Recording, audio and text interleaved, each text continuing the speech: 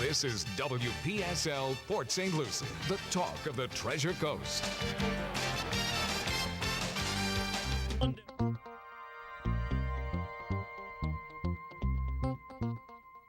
The views expressed on the following program are not necessarily those of WPSL, but you are urged to like and share them on Facebook. The time right now, 6:07. Wednesday evening, time for the African American Scene, brought to you by Howard Insurance and hosted by Rudy Howard. Good evening, good evening, good evening. Always glad to be with you here on a Wednesday night. Well, can't fight with me tonight because I have a guest, and I know how you guys enjoy waiting for Wednesday to get on the phone and do battle, but tonight you're going to listen to my guest, and if you wish to call up and talk to her, she would be a worthy adversary for you, I would tell you that. My guest tonight is Pam Keith, and for those of you like me who were living under a rock, did not know, Pam Keith ran for the U.S. Senate. She was running in the Democratic Party against Alan Grayson and Patrick Murphy. That's right. And I'm like, well, I didn't even hear about you. And she said that was by design. Yes. So let me tell you a little bit about Pam. She did her undergrad and grad at UC Davis. She was born in Turkey, and she went to law school at Boston College. And she speaks French, Spanish, and Portuguese. How about that? So 4 languages: English, French, Spanish, and Portuguese. And I don't know how you get them all straight, but nevertheless. So say hello to my audience. Hello, Treasure Coast. It is such a pleasure to be here with you today, Rudy. Yes, it's an honor. I got to tell you, I ran into Pam Saturday night. And being the opportunist that I am, I heard her speak. And then after I heard her speak, I tracked her down and I said, I do a radio show. And I said, would you be interested? She said, yeah. I said, well, you can go to the website and check me out to find out that I'm not a wacko. She said, I don't think you're a wacko. I said, okay. I did say that, didn't I? You did. So she said, yes, I'd be interested. So called her up, and here she is. Here I am. And first, tell me, what was it like running a statewide campaign for Senate? That was a tough grind. It was. At the time that I started that campaign, I was living here in this district, and at the time that I was making a decision, the tea leaves were indicating that Marco Rubio was going to vacate the seat to run for president. Yes. So it was one of the few seats that was going to be vacant, right? So although it sounds like, why go so big? And in some ways, it's easier to go for a vacant seat than to try to unseat a popular incumbent. In our state, we have gerrymandered districts. Let's just be honest. We have states that are heavily blue and states that are heavily red. And it's hard to unseat a Democrat in a heavily blue seat, and it's hard to beat a Republican in a heavily red state. So in some ways, it was actually the path of least resistance. It did require that I be willing to campaign all over the state, and I certainly was willing to do that. And there were obstacles that came into my path that I hadn't foreseen. But I did try to do my due diligence to figure out who else would be running, and unfortunately I got some bad information about that. But once you're in, you're in. And I felt like I had a good background, a great grasp of the issues. I was presenting sort of a different face from a lot of other people who perhaps are career politicians or whatever. And I sensed that the voters were looking for fresh faces and new voices and people who were not deeply entrenched with interest groups or anything like that, and who was. So I thought people would be interested in a woman candidate, an African-American candidate, a person who served in the United States Navy. I thought my military background was incredibly important. I thought, you mentioned that I was born in Turkey. Both of my parents are African-American, and they were working for the U.S. government overseas when I was born. So I lived in Turkey and Morocco and Syria and Brazil and When I was in the Navy, I served in Bahrain, so I had this really interesting international experience. And so for me, federal made sense because that's what I know. My expertise in the law is very much in the federal law. And so I was like, okay, well, this is the lane that I fit in. And I believe that. And I spent 22 months campaigning across the state to make that case. And there were obviously some significant challenges, but you know the truth. I mean, the biggest challenge of politics is getting enough money to compete. And, Yes. And it becomes this kind of closed circle. The media won't talk about you until you've raised some money, but when you try to raise some money, nobody's heard of you, so they won't donate. So then you go back to the media and you say, please write about me. And they say, but you have no money. So Right, yeah. it becomes this sort of hermetically sealed circle. And so I ran on a shoestring budget with a heck of a lot of hustle. And I covered 117,000 miles on my car, and I ended up with 175,000 votes. Yeah, boy. But you know what? I don't care if you have an ounce of competitiveness in your body. The day after, that is just a tough day to get over when you lose. I can't say no. I can't say that I was. I mean, first of all, I'm a realist, so the writing was a little bit on the wall. I was so relieved that it was over. So that was the most dominant feeling. After a moment, as I pondered the results, and I performed, I got 11 points higher than the last polling that was done. So I outperformed expectations by 11 points. And I could sit back and look back at the choices that I had to make and the sacrifices I had to make to stay in it. I was really just proud of myself. I was proud of myself for running a really positive campaign, for impressing people everywhere I went, making friends everywhere I went. Even people who chose to back the party selected candidate still liked me, still thought I was, I had a future. Mm-hmm. So at the end, I was not upset. November 9th, I was upset. Oh, yeah. Okay. But at the end of that election, you're disappointed, but I can't say I was upset. I have to tell you, re-electing Rubio really frustrated me too. Mm-hmm. He said he didn't like the job. Mm-hmm. He didn't show up for the job. Mm-hmm. And then they re-elected him. Oh, my God. And let me tell you, we are now at a point,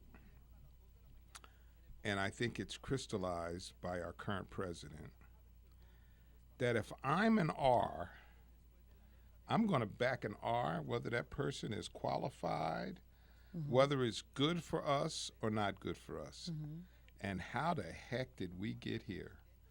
Because it's really, public service is about serving the people, not mm-hmm. serving the party. I agree. And they begged Rubio to run again because they didn't think he could be beaten, and they were right. He didn't get beat. Mm-hmm. But he had already said he didn't want to do the job. And he didn't do a good job when he was in it. Right. I think we need to come to some understanding about where we are with our politics. We are in a different... Hold on 1 second. And if you want to call in, please, that number is 340-1590, 340-1590. And you can speak to me or you can speak to Pam. Yes, go ahead, Pam. I just, there was a time, and I think a lot of us are familiar with this time, where the gap between right and left was not that big. There were some right-leaning left and some left-leaning right, and there was sort of a happy medium in between. And over time, both sides got more polarized. I will tell you the way I view it, and maybe your listeners would handicap it differently. But the election of Barack Obama became, in my opinion, something that shocked people. To some people in a very, very positive way, but to some people in a very negative way. And to some people, it wasn't Obama himself, because they could have liked Obama, but what happened was that they started to see institutions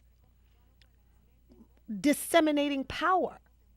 The courts started disseminating power to LGBT community and giving rights. Our government, our centralized government, was doing things that disseminated power away from the people who traditionally had it.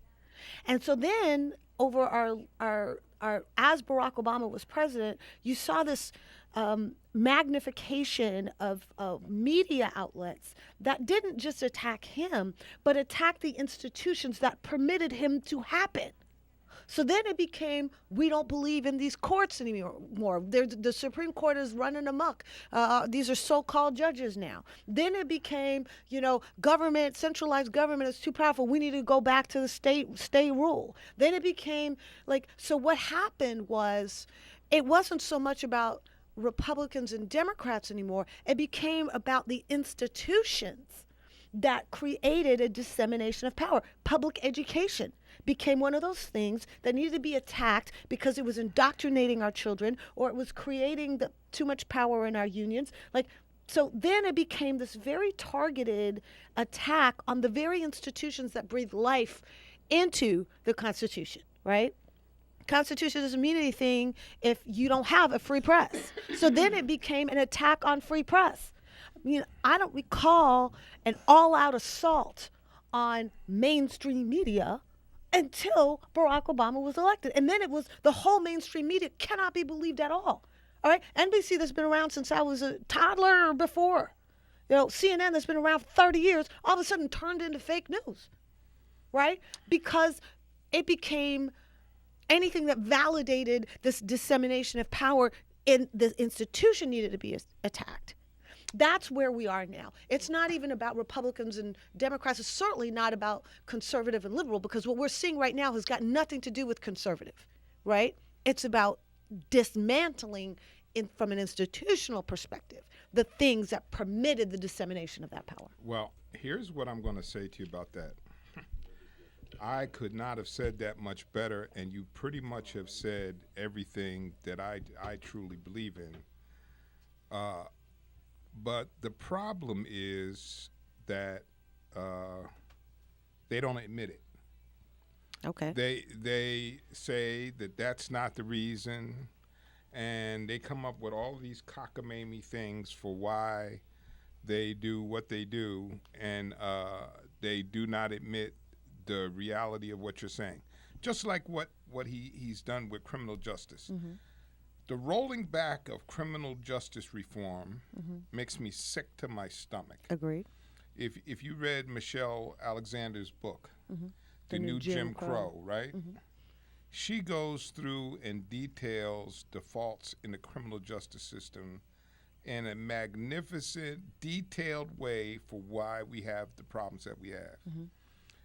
Barack Obama and Eric Holder took a bite at that. Mm-hmm. They were peeling that back. Mm-hmm. They were actually making a difference. And we got a caller on line 1. Steve, yes, sir. How you doing, Rudy? Okay, buddy. One thing that sticks in my mind is that Americans will fall for any scam that you put out in front of them because they're just too damn lazy to check it out. Oh, you and I have talked about that before. Yeah, and it just makes me sick. We're devastating our own philosophy of a country. Mm-hmm. You understand what I mean? Mm-hmm. Oh, yes, absolutely, yes. We're destroying our own ideals and ideas. And we're doing that for one or two people, not for the greater good. I agree. I agree with listen, Steve, I was saying earlier tonight, there have been presidents that I didn't particularly like, and there's been some presidents that I disagreed with. But this is the first president that has embarrassed me. I am embarrassed. Well, he's a fake president. Now, come on. We all know that. Listen, there's people listening right now that think that I'm going over the top, but he embarrasses me. Mm. Well, I'll tell you what a friend of mine labeled him. He said he was a spray tan, bleached blonde hair plug that combs his hair like Lassie's butt. I thought that was a pretty good description of him. Yeah, I'll tell you. The man has no brains. He remember when he said he was smarter than the generals? Yes, You know, and all said this stuff like garbage, and now he's had to eat it all. I know. And he's trying to get the low-hanging fruit to take the blame. You know, he's like the guy in Michigan that fired the low-hanging fruit for the water problem and didn't fire himself. Right.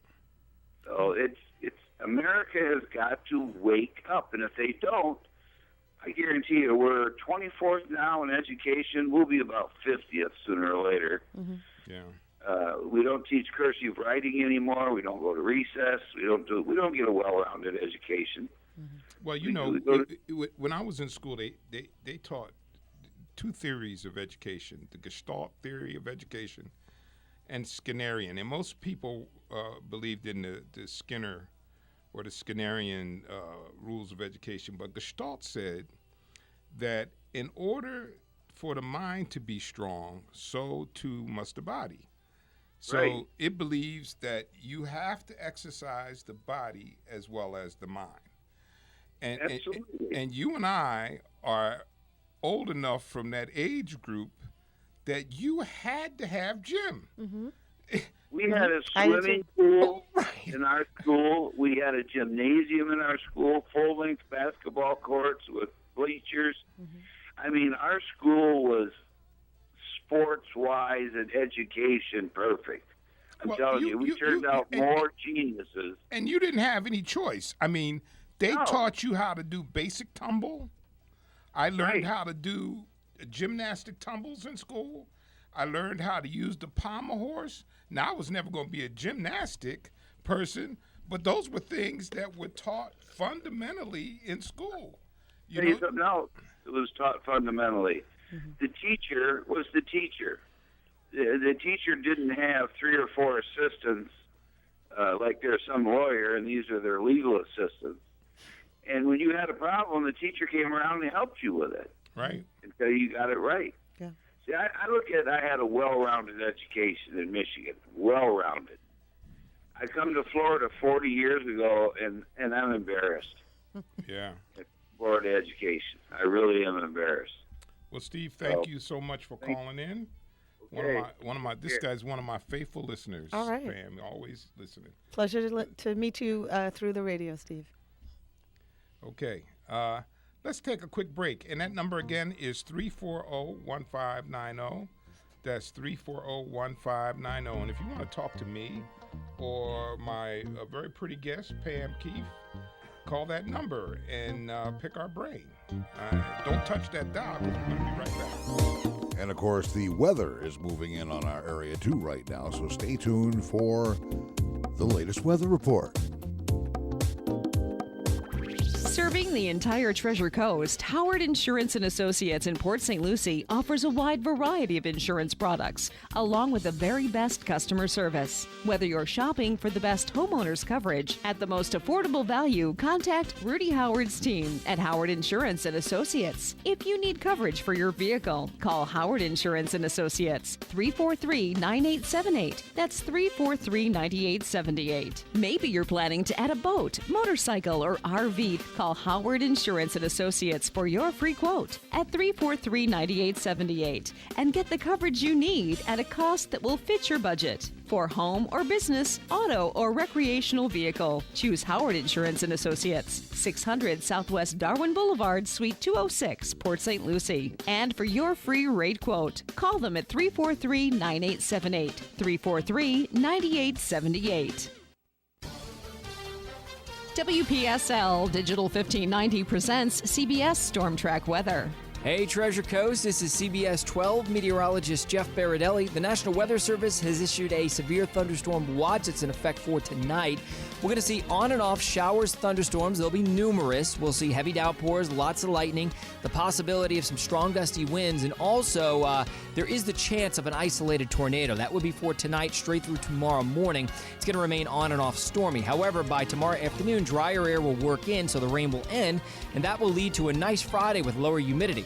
The humidity will return, but overall looking at a good holiday weekend. I'm CBS 12 meteorologist Jeff Baradelli in the CBS 12 Storm Track Center for WPSL Digital 1590, the talk of the Treasure Coast. Thank you, Jeff. 24 hours a day, 7 days a week. WPSL, Digital 1590, and News 12. The ones to turn to on the Treasure Coast for up-to-date weather and news. This is WPSL Port St. Lucie, the talk of the Treasure Coast.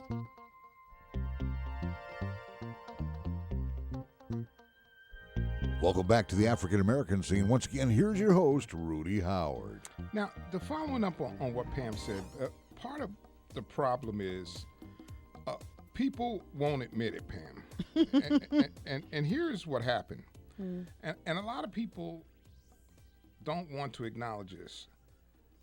Obama's election was not only historical because he was African American, it was historical because that is the first time in the history of this country that the majority whites did not win the vote. Because he didn't get the majority of the white vote. But he got enough of the white vote to win. Yes, he did. But over 50%. In 2008, it was 53% of the white vote voted for McCain. And in 2012, 57% of the white vote went to Romney. So for the first time in the history of this country, they didn't control the outcome. Right. Okay? Mm-hmm. Now, there's people that are sitting there going, oh, you didn't have to spill that secret. No, I knew that. Right, and I think that goes back to the point that I was making about no longer caring for the institutions because the institution created an outcome they don't find tolerable, which is by you know, to underpin your point. This is precisely when we started to see organized and orchestrated attacks on the vote. That is when it is right when they saw that the majority of the white vote was not enough to win an election, that they started doing hardcore, focused, intensive gerrymandering and voter suppression. No question. No question. It started after 2008. Absolutely. But you saw what happened this week. The Supreme Court struck down that voter law in North Carolina. Yes.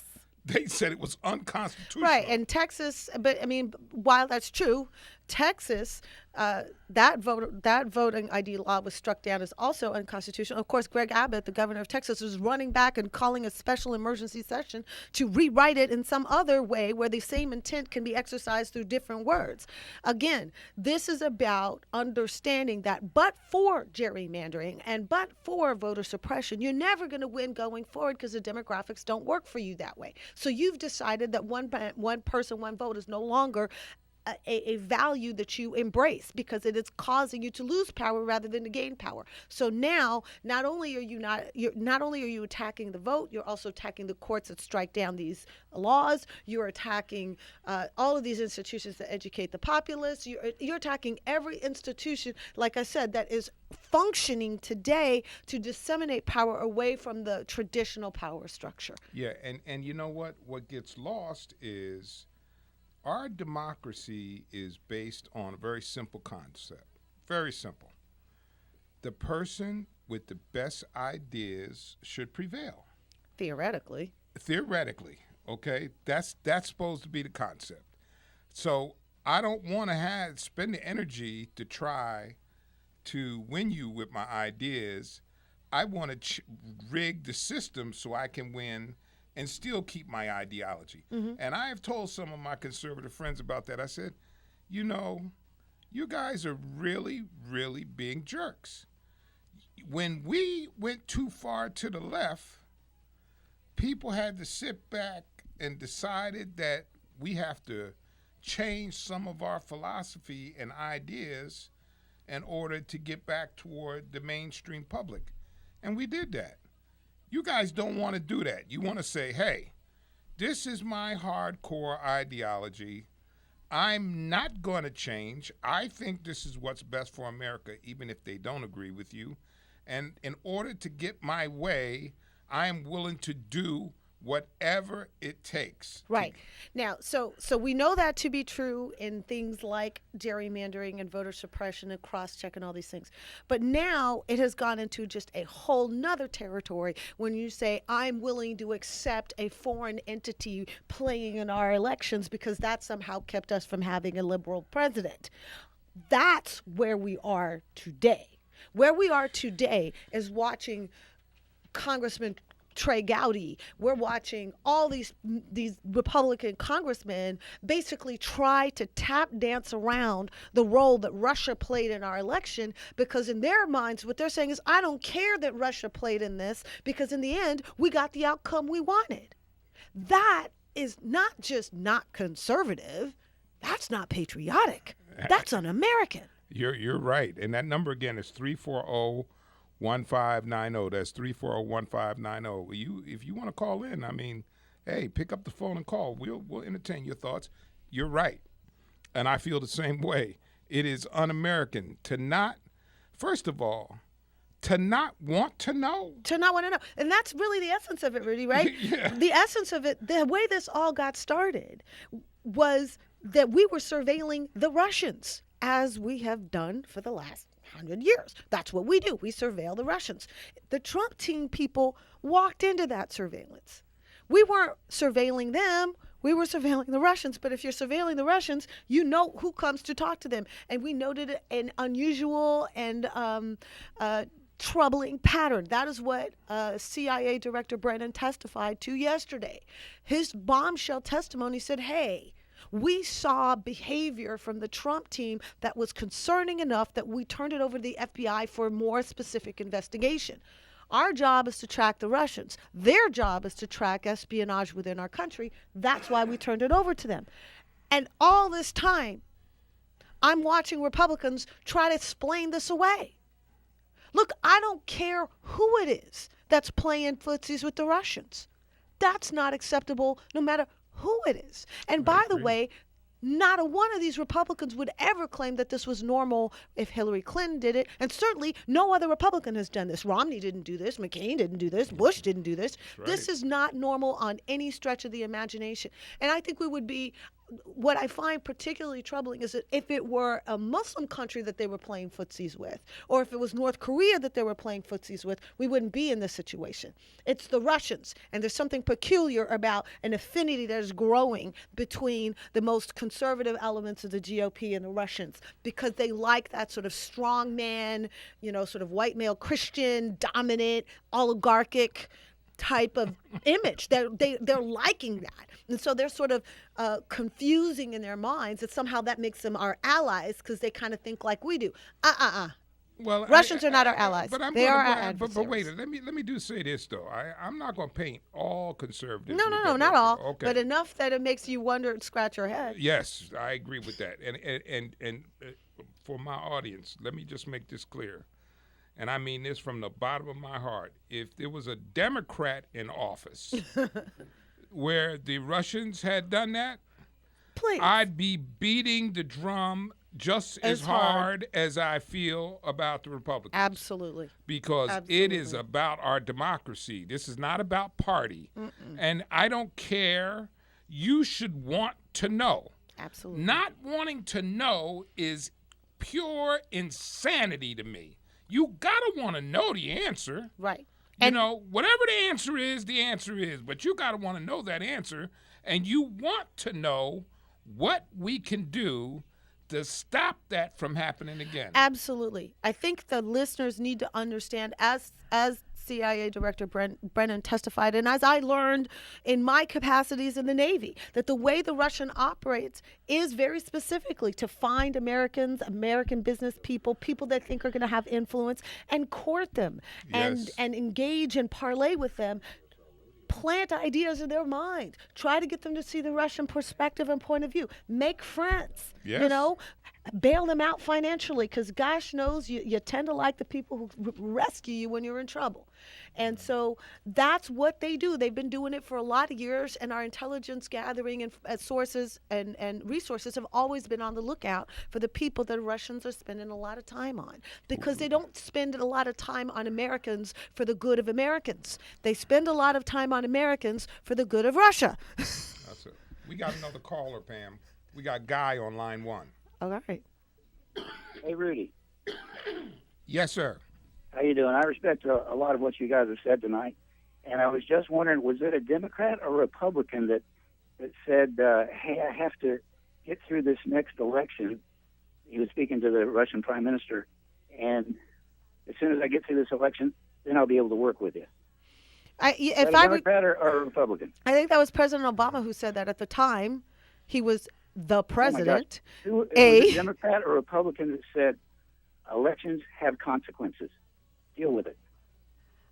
That's an interesting thought. Who said that? So wait. So what's your point? I'm not understanding your point. Oh, I understand his point. What his point is that we shouldn't be criticizing because the election is over. They won, so we should just deal with what the outcome is. Is that not what you suggested we do? Huh? Is that not what you suggested that the Republicans do? Well, I think that there's exactly what you suggested. Well, I hear your point, Guy, and I think you make a valid point. But I think that you got to understand that there's something qualitatively different if the president of the United States is compromised to an enemy. Right? I'm a former naval officer. What evidence exactly? That's you skirted around the issue that, hey, they were looking at other people and some periphery was found where there's some questionable activity we going on. We don't have the answer, but are you suggesting that we shouldn't look to see if there is an answer? For looking, but you guys have already called this guy a crook. Well, right now you say don't compare this guy to Obama because Obama's got a halo and this guy's crazy. Well, I don't think either one of us said that. No, I don't think that Obama had a halo, but I will say this: when it comes to class, I'll gladly say I would take President Obama's class over Donald Trump every day of the week and twice on Sunday. It just the difference in the you're class. basing that on personal opinion, correct? I think that is your personal opinion. Well, I'm going to tell you this, Guy. Here's what I will say this to you. I developed a friendship with somebody from Canada, and her and I have become good friends over the last couple of years. And she wrote me one day and said, "My God, you guys went from President Obama to this guy? What is wrong with you people down there?" You're quoting a citizen of Canada and telling me what I should believe about our country because of what a Canuck said. I'm not telling you. Forgive me, but I don't care what they say, what a Mullen says, what an immigrant that's been standing in line for 4 years says.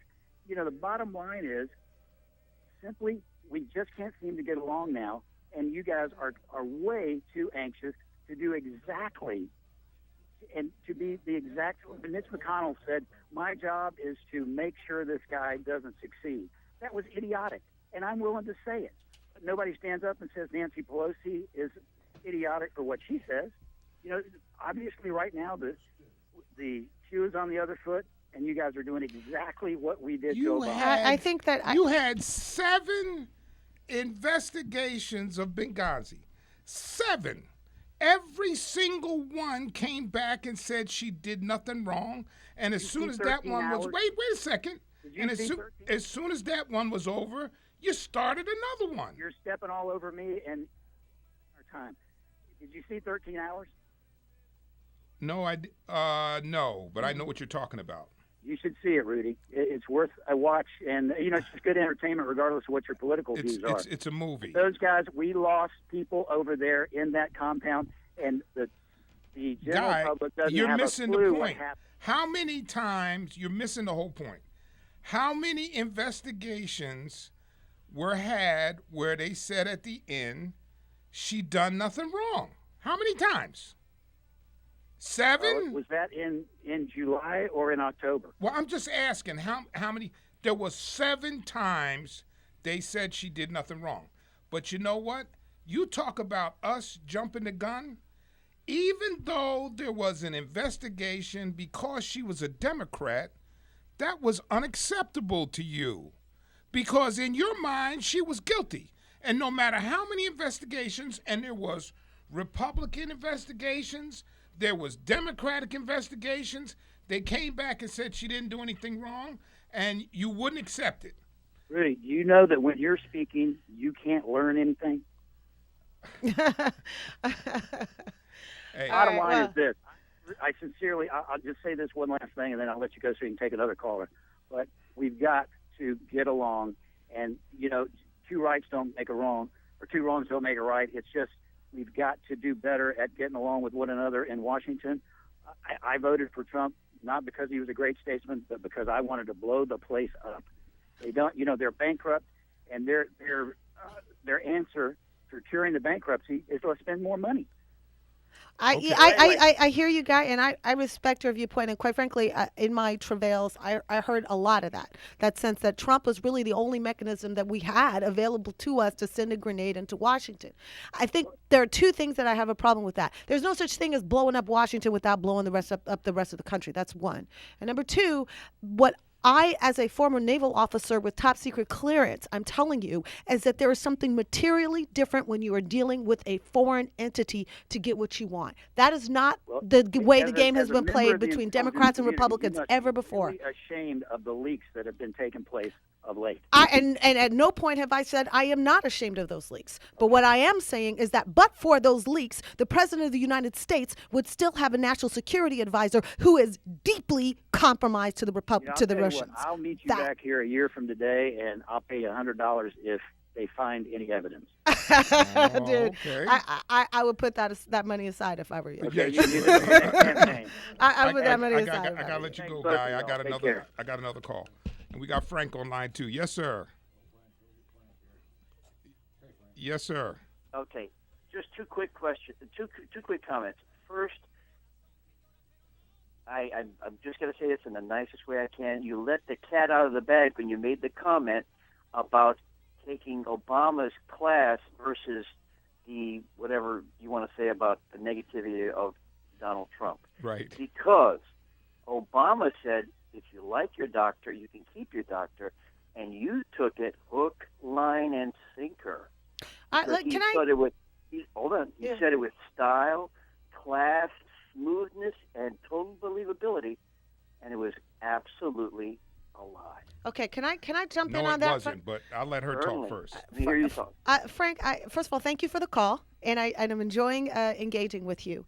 I want people to understand that there is a qualitative difference between just being wrong and intentionally telling an untruth. Okay? Okay, what tell me now? Okay, so what President Obama believed at the time, and this is what I believe to be true from a variety of different sources that I read to prepare myself on this topic, was that the reason that people ended up getting kicked off of those plans that they liked was not because of Obamacare itself, but because of a provision that required certain kinds that all plans had certain kinds of coverage. That's not my point. That's not you're ignoring my point, and you're going to something that, believe it or not, you're putting your foot in your own bear trap. I asked this from Well, Rudy. you're calling it a lie. I'm going to and I'm saying he was mistaken. I'm going to answer the question. You liked it because Obama's. Let me answer the question. 9. Let me answer the question. He did not lie. What he said is, if you want your doctor, you can keep your doctor. That was not a lie. What the problem is that your doctor had to agree to provide services through the plan that would be available in your area. It was imposed on him by the commissioner. Let me. One of the 916 declarations that said so. No, let me explain it to you now. And I work with this every day. I've been doing Obamacare since it came into existence. So you're not talking to somebody that doesn't know what they're talking about. What he said was true. Now, what I will say is what he said was misguided, and he shouldn't have said it that way. You can cut me off if you want, but you cannot tell me that he said that purposely to tell the truth, and then something happened behind the scenes that he didn't know, that all of a sudden it can't be done, and that I'm sorry. Are you telling me that? I'm going to tell you what. I'm going to tell you what happens. Yeah, Now, that's either kinda you what want to. happened. Here's the problem with a lot of the people on the right. You give them information, and if it doesn't fit what they believe, they reject it. Now, I'm going to tell you the truth. Here's the facts. This is not my opinion. This is the facts. If you have a doctor, okay, and your doctor would agree to do business in a plan that was available in your area, you would have kept your doctor.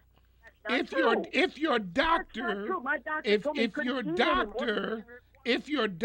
did not agree to do business with the plan that was available in your area, then you would lose your doctor. I'm going to play the devil's advocate. Why couldn't my doctor continue to give me my plan the way I had it before Obamacare? Because your plan before Obamacare probably had a structure that violated the changes made by Obamacare. For Yes. example, there were a lot of plans out there But that Obamacare had wasn't- lifetime maximum. That had lifetime maximums that were out of compliance with Obamacare. There were plans out there that didn't cover things like mental health care or didn't cover certain kinds of medications that Obamacare then required them to cover. So those plans, the insurance company could have made their plans come into compliance, Yes. but many of them just chose to drop the plans instead. Yes. That was a choice by the insurance company. Right? So what happened with a lot of people is it's not that what Obama was saying is like, if you like your doctor, we're not going to make you go find another doctor. The problem is your doctor made a decision that they didn't want to participate in the plan. You're the doctor. What do you call that? Yeah, again, Come on. You're insulting my intelligence. And it's you not. believe this. You're not as intelligent as you think you are. Come on now. Well, okay, Tell so me the truth. I'm Okay. telling you. We're trying to you. explain this to you. You don't me want to and my hear it. doctor, Okay, I get Why it. did it have to change? Because Obama dictated. No, he Obama did No, not he dictate did that. not. That No, is he not true. did not. The insurance companies have choices. No, You he keep did saying not. that the law made all these choices. No. The insurance companies always had the choice to play along or not. But that's an executive decision at the insurance company. The insurance company can choose to raise their premiums or not. Those are decisions made by insurance company executives. No, they're Right. not. They're forced on those insurance companies by the commissioner. No. By the commissioner of the you're Affordable wrong. Care Act. You're No. wrong. No, that's not true. What? Let me just not let me true. explain to you. I'm going to try to do this again. I've done it so many times on this show. Here's what the ACA was. Do you understand OSHA, right? Oh, guys. Do you understand losing OSHA? me. Do you understand what OSHA does? No, OSHA. You're diverting. You're distorting. no, Come on, Rudy. no, I'm You're better not. than this. I'm You going to gotta be able give to say, you. I'm going to "He give did not you. If you listen, I'm going to give you an explanation that's going to help you. Now, OSHA is a program that controls building standards so that we have buildings that are built that are safe. We have the USDA that has certain criteria for the meat that's processed in this country so that we don't have tainted meat. What the ACA did is said, if you are going to sell health insurance, now You I want have you to to listen comply to with this. certain rules. I want you to listen to this very carefully. If you are going to sell health insurance in the United States after the ACA passed, you must provide 10 essential benefits, and you must accept pre-existing conditions. What the policy is, who the doctors are, what the benefits they design, how much did they design for co-insurance and rates, that is all left up to the company. that had to be implemented, and therefore, I couldn't keep my doctor, even though I liked him, because all these new provisions that were passed and signed with all those different pens by President Obama, I could not keep my doctor, even though I liked him. Okay, Thank so you, Rudy. so there, You there's just explained my okay. problem. Okay, so I will make 2 points here, Frank, and I'll just kind of leave it at that. Number one, I will say this: as I am sincerely sorry that you had to lose your doctor. As a person, as a taxpayer, as an American, the idea of you having to change doctors and still having some kind of doctors and insurance so that other people could have some insurance was a trade-off I believed made sense. And from an economic perspective and just from a moral perspective, that does make sense. Bit of truth that you've given. It's a trade-off. It is a trade-off. Was important, and of course, I didn't sign on to it. I understand, and not everybody was happy with it. You had the power at that moment to do this over my objections, and you got what you got. Yes, we did. And now the GOP is trying to do something over everybody else's objections. One move was fiscally sound, i.e., putting in Obamacare. One move is not fiscally sound, i.e., taking out Obamacare. But putting that aside from the moment, I think the way we started this conversation was a question of whether Obama was lying or not. I think that those who believe he was lying are always going to believe that. Those who believe that he wasn't lying are never going to believe that. Okay, at the end of the matter, I'm not sure it matters. I mean, the number of times that Donald Trump has come out and said something flat. When he spoke? That's my question. Do you think they misinformed him when he spoke? Yes. Then he learned about it later? I think he did not understand what that consequence was on the back end. I believe that. Absolutely. I sincerely believe that. Yeah, absolutely. But, I mean, President Obama was not a president with a track record of continuous lying, unlike the current occupant of the White House. Okay, I mean, now he's not, Obama was, I'll let you say whatever you want about Trump, because that's really not the issue. The issue is whether, and you believe that Obama told the truth and then was misled. I think he just was wrong. I think he was just wrong. He misunderstood or was misled or just was wrong. He did not understand. I don't think he understood it. He did not understand the statement that he made. I can tell you that anybody who had been in the health insurance business for a year would know not to make that statement. Like myself, I've been in the insurance business for 40 years. And when he said that, I cringed because I thought to myself, he boxed himself in, I said, and you he didn't know. You shouldn't have said that. And you know what, Frank? I think it's a fair criticism to say from your perspective that had he been wrong and found out a day or two later, he should have come back out to the American people and said, you know what? I said X. I was wrong. I should have said Y. I found out more about it. And he never did that. And that's a fair criticism. That is fair. That is a fair criticism. That is fair. That's fair. If he found out he was wrong or misspoke or was unclear, he should have come back out and clarified that. But now we have all the exchanges that have defaulted. We have all the previous policyholders that have lost their policies. And we have all the financial obligations the ACA has given us.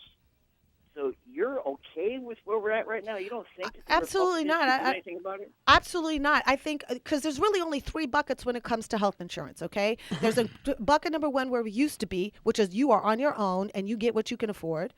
There's box. There was 27 years up until ACA. Right. We have box number two where the government helps those people that it can help and within certain parameters. And then there was box number three, which is some people on the left have been advocating, which is sort of a single payer system. All right. Where would Obama box number two? Now, let me ask you about box number two. Yes, sir.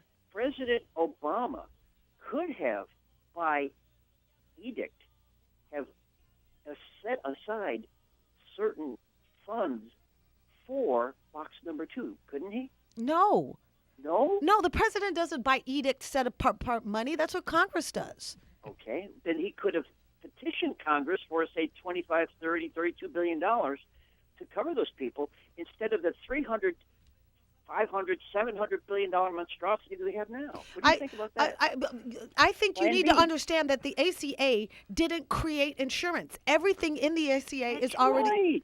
It didn't create insurance. As a matter of fact, it crippled it. No, it certainly didn't. When you get an increase of 22 million Americans that are now covered that were not covered before, I don't think you can say it killed insurance. That's not the increase I got. The increase I got. Yeah, but you can't say that your one experience is representative of the entire country. Deductible, and I'm sorry, but you can't say your experiences is indicative of the entire country. The numbers don't lie. 22 million Americans have insurance now that did not have insurance before. But 27 million Americans have been impaired. So you're making the trade-off that 27 million Americans should be harmed so that your select group should be enhanced. You're picking favorites, right? Yeah. We can have it. We have a radically different point of views on this. I got another caller. Okay. But yeah, thank you for calling, Frank. And we got Sean on line 2. Yes, Sean. Hey, how are you? Okay. number one, I've called you before, and I don't like blank statements like all the lies that Trump has told, so you have to give me specifics on that. If she's going to make that statement. Number two, don't throw up that you have top secret clearance just because you were in the Navy, and that applies to everything you're talking about, because my brother just retired and probably had more top secret clearance than you did, and he doesn't know that Trump was affiliated with the Russians. They don't send him a little email. I don't think that was the point I was making, but okay. Well, but you threw it in there every time you talked about Trump's lies and his affiliation with the Russians. You mentioned that you had top secret clearance just that because wasn't you were in the the Navy. point that I was making. So okay, I'm well, pretty sure his me? clearance was higher than yours. Okay, so you want us to tell you some lies? I want you to tell me all the lies that President Obama told during his presidency, all the ones that Hillary Clinton told during her candidacy, and all the ones that Trump has told since he's become president. Well, that's a whole because I like whole fairness, show. You know. Yeah, call in the last 4 minutes of the number show. Number two. That's a whole nother show. That's But wait, I know, and you and the lady there, which I don't know your name because you haven't mentioned it since I started listening. Yes, Pam. Mentioned that Obamacare is fiscally sound, and that nobody believes that. The truth is, and I've told you this before, we can have free health care for everybody in this country if the Democrats and the Republicans, and I'm not talking about the people that are in power in Washington, I'm talking about the electorate, wakes up and realizes that all of this is a smokescreen so that they can continue to spend their money and let the lobbyists pay them off for the things that they think we care about, all right? So go investigate why we spend $400 million on planes that never flew. One of them flew, and then we sell them for $35,000 a scrap. Then you're going to find out why we can't afford health care, why my paycheck gets $500 taken out of $1,800 every freaking 2 weeks. Sorry, I didn't mean to say that word. All right, to pay for my health care and my Social Security and all benefits that I'm never going to see. All right? Then we have answers. Well. Then we have answers when people stop arguing about all this stuff that the politicians want us to argue about instead of paying attention to what they're really doing behind our backs. Okay. Well, I would just tell you this. I'm about halfway through this book called Deadly Spin by Wendell Potter. Wendell Potter is a 20-year executive in the health insurance business, and he pulls the scab off and he tells us exactly what's going on. And as I read that book and I turn the page, I just shake my head, because if every American read that book, there would be a health care revolution in this country. You have a Facebook? Yes. I'm going to look it up. Post it on there because I'll read it. In turn, I want you to read a book called Freakonomics. Okay. I read that book. Actually, it's a great book.